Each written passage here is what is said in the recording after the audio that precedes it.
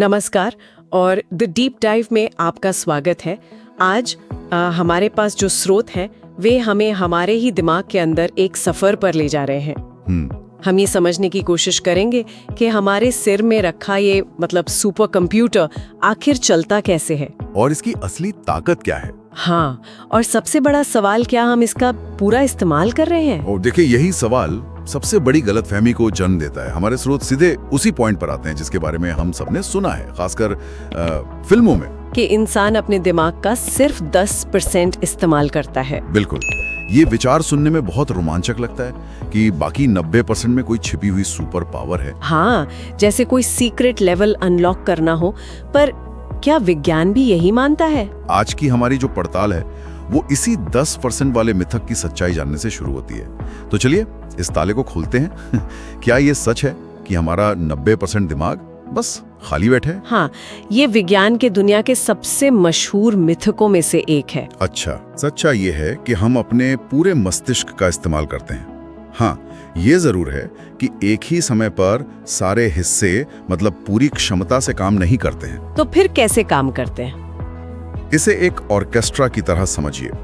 जब वायलिन बज रहा होता है तो ड्रम्स शायद शांत हों, लेकिन इसका मतलब ये नहीं कि ड्रमर घर चला गया है। हाँ, वो वही है। वो वही है, अपनी बारी का इंतजार कर रहा है। दिन भर में हम अपने दिमाग के लगभग हर हिस्से का इस्तेमाल कर ही लेते हैं। ये तो एक बेहतरीन एनालॉजी है। जब मैं बात कर रही हूँ तो दिमाग का एक हिस्सा एक्टिव है। बिल्कुल। और जब कोई संगीत सुन रहा है तो दूसरा। हाँ, तो ये 10% वाली बात तो हारिज हो गई। लेकिन अगर हम पूरा दिमाग इस्तेमाल करते हैं तो इसके अंदर का नजारा कैसा है? ये ऑर्केस्ट्रा बना कैसे है? यहीं से चीजें हैरान करने वाली हो जाती हैं।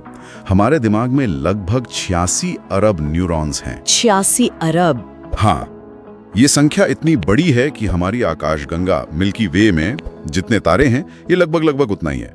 और हर एक न्यूरॉन, हर एक न्यूरॉन अपने आप में एक छोटे कंप्यूटर चिप जितना शक्तिशाली है। 86 अरब तारे हमारे सिर के अंदर? ये तो सोचने में ही अविश्वसनीय है। लेकिन इतने सारे न्यूरॉन्स एक दूसरे से जुड़े कैसे रहते हैं? क्या कोई वायरिंग है? बिल्कुल। हर न्यूरॉन के लंबे पतले तार जैसे हिस्से होते हैं जिन्हें एक्सॉन कहते हैं। ये एक्सॉन दूसरे न्यूरॉन से जुड़कर एक बहुत घना नेटवर्क बनाते हैं। कितना विशाल है ये नेटवर्क? इसका अंदाजा आप इस बात से लगा सकते हैं कि अगर हम इन सभी एक्सॉन्स को एक सीधी लाइन में जोड़ दें, हाँ, तो उनकी लंबाई इतनी होगी कि वे पृथ्वी से चंद्रमा तक पहुंच सकते हैं। एक मिनट, हमारे सिर के अंदर इतनी वायरिंग है कि वो चांद तक पहुंच जाए? हाँ? ये तो किसी साइंस फिक्शन फिल्म जैसा लगता है। तो इन तारों में जानकारी इंफॉर्मेशन दौड़ती कैसे है? बिजली और केमिकल सिग्नल के जरिए। और इनकी रफ्तार वो तो और भी हैरान करने वाली है। हमारे स्रोत बताते हैं कि कुछ सिग्नल लगभग 268 मील प्रति घंटे की गति से दौड़ते हैं। 268 मील प्रति घंटा? ये तो दुनिया की सबसे तेज स्पोर्ट्स बाइक्स की रफ्तार से भी ज्यादा है। बिल्कुल।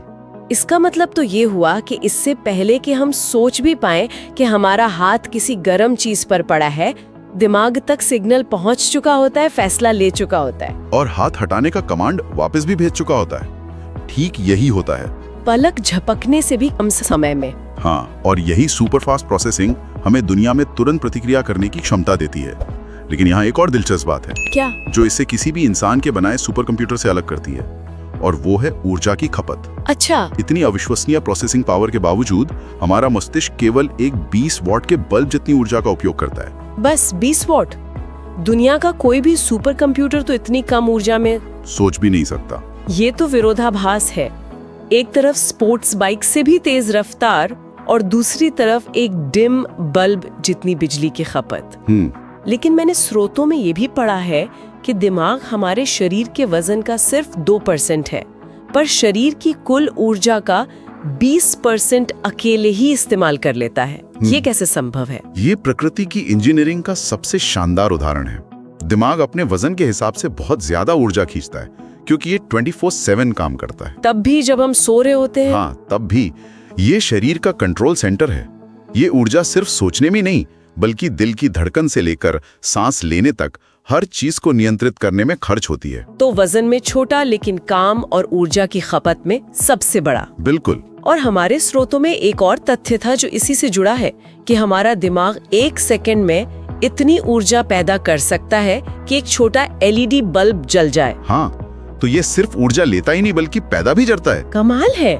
और ये सारी ऊर्जा सिर्फ सोचने और शरीर चलाने में ही नहीं, बल्कि हमारी अनगिनत यादों को बनाने और सहेजने में भी तो खर्च होती होगी। बिल्कुल, और यहीं से हम दिमाग के कह सकते हैं लाइब्रेरी वाले हिस्से में आते हैं। यादें। हाँ, यादें बनना एक बहुत ही आकर्षक प्रक्रिया है। जब भी हम कुछ नया अनुभव करते हैं, कुछ देखते हैं, सुनते हैं या महसूस करते हैं, तो कुछ न्यूरॉन्स एक साथ सक्रिय होते हैं। एक साथ? और जब वे एक साथ सक्रिय होते हैं तो उनके बीच का कनेक्शन, जिसे साइनैप्स कहते हैं, मजबूत हो जाता है। तो क्या हम कह सकते हैं कि एक याद असल में न्यूरॉन्स के बीच का एक मजबूत कनेक्शन है? हाँ, आप इसे ऐसे समझ सकती हैं। उस कनेक्शन को एक जंगल में बने कच्चे रास्ते की तरह सोचिए। अच्छा। पहली बार जब आप उस पर चलते हैं तो वो बस घास पर बना एक निशान होता है, लेकिन जितनी बार आप उस रास्ते पर चलेंगे वो उतना ही चौड़ा, साफ और मजबूत होता जाएगा। और जल्दी वो एक पक्का रास्ता बन जाएगा। ठीक यही, हमारी यादें भी ठीक इसी तरह बनती हैं। पल में अपने दिमाग में उस न्यूरल रास्ते को बार बार इस्तेमाल करके पक्का कर रहे होते हैं। ये बहुत दिलचस्प है। मुझे आज भी 20 साल पुराने गाने के बोल याद हैं, लेकिन मैंने कल नाश्ते में क्या खाया था ये याद नहीं। ऐसा क्यों होता है? ये उसी सिद्धांत का एक बेहतरीन उदाहरण है। उन पुराने गानों को आपने शायद सैकड़ों बार सुना होगा। हर बार उस न्यूरल रास्ते को मजबूत किया। और शायद भावनाओं का भी कोई रोल है इसमें। बिल्कुल, संगीत अक्सर मजबूत भावनाओं से जुड़ा होता है, जो यादों को और भी गहरा कर देता है। वहीं दूसरी तरफ कल का नाश्ता एक सामान्य रोजमर्रा की घटना थी। आपने उस याद वाले रास्ते का दोबारा इस्तेमाल नहीं किया, तो वो कनेक्शन कमजोर रह गया। मतलब इसे इस्तेमाल करें या खो दें। यूज इट और लूज इट। बिल्कुल। जिन यादों को हम नहीं दोहराते, दिमाग उन रास्तों पर धीरे धीरे घास उगने देता है ताकि नई यादों के लिए जगह बन सके। एक तरह की दिमागी सफाई। ठीक यही, ये एक बहुत ही कुशल प्रणाली है। लेकिन दिमाग सिर्फ यादें ही नहीं बनाता, बल्कि वो पूरी की पूरी दुनिया बना सकता है। हमारे श्रोते एक बहुत ही चौंकाने वाली बात बताते हैं। और वो क्या है? हमारा दिमाग कल्पना और हकीकत में ज्यादा फर्क नहीं कर पाता। यहाँ पर चीजें और भी गहरी हो जाती हैं। इसका क्या मतलब है कि वो फर्क नहीं कर पाता? इसका मतलब ये है कि जब आप किसी घटना की सिर्फ कल्पना करती हैं, तो आपके दिमाग में लगभग वही न्यूरल रास्ते सक्रिय होते हैं। अच्छा। और वही रसायन निकलते हैं जो उस घटना के सच में होने पर होते। कोई उदाहरण है इसका?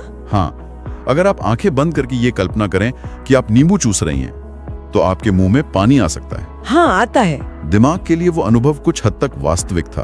तो इसका मतलब ये हुआ कि एथलीट जो मैच से पहले जीत की विजुअलाइजेशन करते हैं, वो सिर्फ एक मानसिक चाल नहीं है। नहीं, वो असल में अपने दिमाग और शरीर को जीत के लिए तैयार कर रहे हैं, ठीक वैसे ही जैसे वे मैदान पर करते हैं। वाह। वे जीत के न्यूरल रास्ते को पहले से ही मजबूत कर रहे होते हैं। यही सिद्धांत प्लेसिबो इफेक्ट में भी काम करता है, जहाँ नकली दवा भी काम कर जाती है। हाँ, क्योंकि दिमाग ने मान लिया है कि उसे असली इलाज मिल रहा है। ये दिमाग की दुनिया बनाने की शक्ति है। और इसी शक्ति का एक और पहलू है सपनों में। इसीलिए सपने इतने असली लगते हैं। बिल्कुल। कभी कभी हम डर कर पसीने में भीग कर उठ जाते हैं। उस वक्त हमारा दिमाग एक पूरी फिल्म बना रहा होता है और हम उसके मुख्य किरदार होते हैं। कुछ लोग तो लूसिड ड्रीमिंग भी करते हैं। हाँ, जहाँ वे सपने में ये जान जाते हैं कि वे सपना देख रहे हैं और फिर उसे अपनी मर्जी से नियंत्रित करने लगते हैं। ये दिमाग की अपनी ही बनाई हुई वास्तविकता पर नियंत्रण पाने जैसा है। और ये हमें एक और दिलचस्प सवाल पर लाता है, समय। समय की धारणा। हम सब ने महसूस किया है कि समय कभी बहुत तेजी से भागता है और कभी एक एक सेकंड काटना मुश्किल हो जाता है। इसके पीछे भी हमारा दिमाग ही है। पूरी तरह से। ये तो मेरे साथ हमेशा होता है। मैं किसी अच्छी किताब में ऐसा खो जाती हूँ कि पता ही नहीं चलता कब 3 घंटे गुजर गए। और वहीं दूसरी तरफ ट्रैफिक में फंसे हुए 5 मिनट भी 1 घंटे जैसे लगते हैं। आपका अनुभव बिल्कुल सटीक है और इसके पीछे एक वैज्ञानिक कारण है। हमारा दिमाग समय को घड़ी की तरह नहीं मापता। तो फिर कैसे मापता है? वह इसे अनुभवों की संख्या और घनत्व से मापता है। जब आप उस किताब में खोई हुई थी तो आप एक फ्लो स्टेट में थी। आपका दिमाग पूरी तरह से उस काम में लगा हुआ था और नई अलग अलग यादें नहीं बना रहा था। अच्छा। वो बस एक लंबे निरंतर अनुभव को जी रहा था। इसलिए जब आप उससे बाहर निकली तो दिमाग के पास रिकॉर्ड करने के लिए ज्यादा टाइम स्टैम्प नहीं थे और आपको लगा कि समय उड़ गया। और ट्रैफिक में इसका ठीक उल्टा होता है। ठीक उल्टा। हम बोर हो रहे होते हैं, बेचैन होते हैं और हमारा दिमाग हर छोटी बड़ी चीज पर ध्यान दे रहा होता है। बाहर का शोर, आगे वाली गाड़ी, घड़ी की सुई। हाँ, उस स्थिति में दिमाग हर पल को एक अलग घटना के रूप में दर्ज कर रहा होता है। वो बहुत सारी छोटी छोटी यादें बना रहा होता है। तो दिमाग को लगता है कि बहुत ज्यादा समय बीत गया। हाँ, जब आप पीछे मुड़कर देखती हैं तो उन 5 मिनटों में इतनी सारी दर्ज की हुई घटनाएं होती हैं कि दिमाग को लगता है कि बहुत समय बीत गया। समय वही रहता है, बस हमारी धारणा बदल जाती है। तो हमारी खुशी, हमारी बोरियत, ये सब मिलकर हमारे लिए समय की रफ्तार तय करते हैं। हमारी हकीकत कितनी व्यक्तिपरक है, ये सोचना ही अद्भुत है। तो इन सब बातों को एक साथ रखकर देखें तो तस्वीर क्या बनती है? 86 अरब न्यूरॉन्स, चांद तक की वायरिंग, सुपरबाइक की स्पीड और हकीकत को मोड़ने की ताकत। तस्वीर ये बनती है कि मानव मस्तिष्क इस ब्रह्मांड की सबसे जटिल, कुशल और शक्तिशाली चीजों में से एक है। और हम हर पल इसका इस्तेमाल करते हैं, लेकिन ज्यादातर हम इसके ऑटो पायलट मोड पर चलते हैं। हमारे स्रोत यही बताते हैं कि असली क्षमता इसके डिफॉल्ट मोड से आगे जाने में है। तो क्या उस क्षमता को अनलॉक करने, या यूं कहें कि अपने दिमाग के ऑर्केस्ट्रा का बेहतर कंडक्टर बनने का कोई तरीका है? बिल्कुल है, और इसका जवाब है प्रशिक्षण और नवीनता में। नवीनता मतलब नॉवेल्टी? हाँ, जैसे हम जिम में वजन उठाकर मांसपेशियों को चुनौती देते हैं, वैसे ही हमें अपने दिमाग को भी चुनौती देनी होगी। जब आप कुछ नया सीखती हैं, जैसे कोई नई भाषा, हाँ, या कोई म्यूजिकल इंस्ट्रूमेंट हो, या कोई मुश्किल पहेली सुलझाना हो, आप अपने दिमाग को नए न्यूरल रास्ते बनाने के लिए मजबूर करते हैं।